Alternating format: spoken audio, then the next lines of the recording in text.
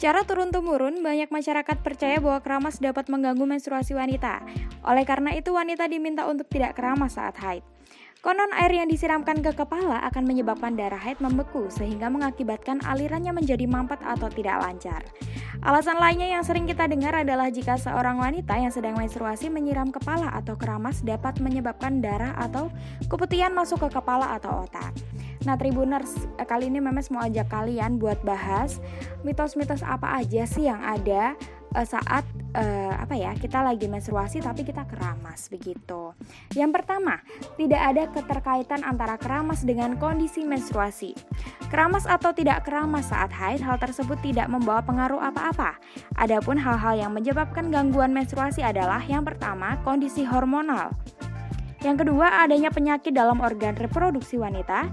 Yang ketiga, aktivitas fisik yang berat. Yang keempat, stres dan depresi. Yang kelima, usia puber atau menopause.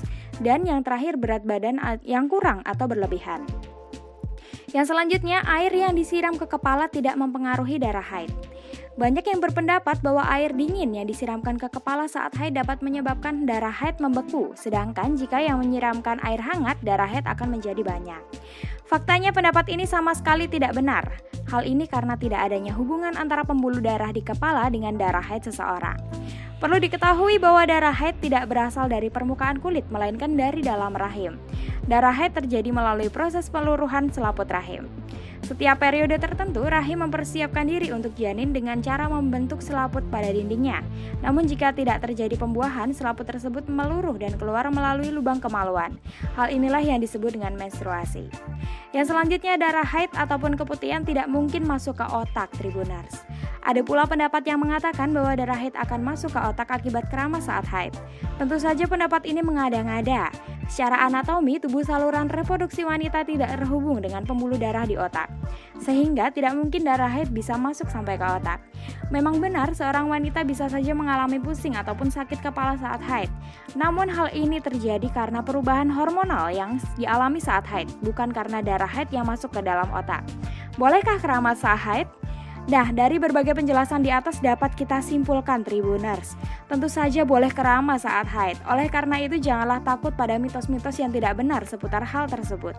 Bahkan keramas sebenarnya memberikan berbagai manfaat, di antaranya adalah membuat tubuh menjadi lebih rileks dan segar, membersihkan rambut dan kulit kepala dari debu, minyak, dan kotoran, membuat tubuh lebih nyaman karena rambut dan kulit kepala yang bersih, dan meningkatkan rasa percaya diri.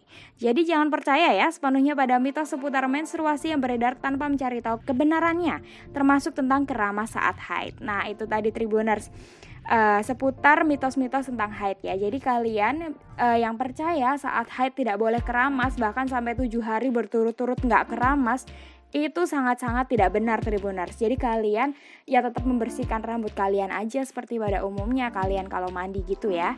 Jadi jangan sampai kalian tidak keramas saat haid selama 7 hari ya, Tribuners, karena itu akan mengganggu kehidupan kalian juga. Karena kalau rambut kotor kita kan juga jadi nggak nyaman. Begitu ya, Tribuners ya. Kalau gitu ini waktunya Memes undur diri, Tribuners. Sampai jumpa di podcast selanjutnya.